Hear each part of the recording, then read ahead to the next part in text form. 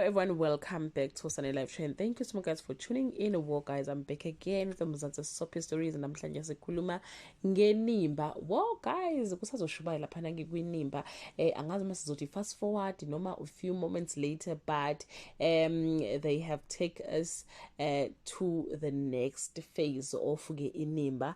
Njengoba nibone guys uthi izolo ke uzoleka kade ezolotsholwa and njengoba nazo futhi ukhulelwe but ke guys next week uzobe setetile, which is like wow. So they just fast forward ke the whole thing. Uzobe setetile ingane yomfana and ke uhlathi keep on asking ukuthi wezoleka akusiyona yini ingane yami leyo, and uzoleka is like bhuti ngicela uphume kimi.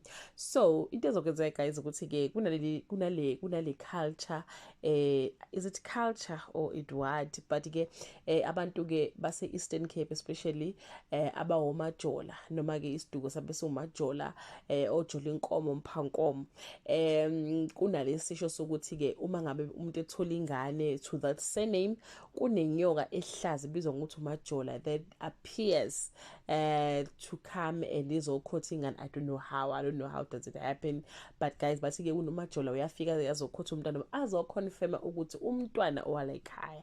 So yona guys ukuthi uzola ukhulela and ukhulela ingane ahlathi and ingane ke uzothi ke eka Lazarus, and Lazarus knows about that because yeah guys akathola abantwana.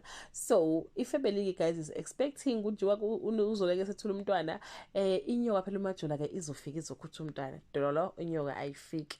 Babuza ukuthi sefikile imajola. So I don't know guys ukuthi bazokwenza njani. Abanye bathe they must just go and get some snake yabo bazoyibeka lapha ukuthi babo bayizekazi ukuthi ufikile ke umajola ezokhotha ke ingane. So yeah guys, that's what we can expect next week. And okunye guys njonazi ukuthi uZondo ke bamxosha lapha ke emsebenzini, so he is revenging guys. Unama plans akhe na ukuthi ke uzoyiphindiselela uzoleka no Lazarus. Bye. I assume ukuthi uzoqala inkampani yakhe entsha bese meseqala inkampani yakhe entsha bese computer ke nekazoleka. I don't know, but guys there's something that he'll be doing lapha ke Mr. ke Zondo.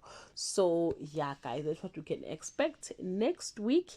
But guys yeah, yo Nkosiyami, I just feel sorry for uZoleka because kusho usazogowa futhi le ndaba lengane, but I'm glad ukuthi uLazarus uyazi ukuthi ingane akusiyona yakhe. So it's just ndaba ye family, and they are introducing vele the whole family yakwa Lazarus. Kusho ukuthi ke the storyline now ihamba lapha ku Lazarus family and Zoleka and uhlathi. So yeah guys, that brings us to the end of this video. Leave a comment below and share your opinion. Bye.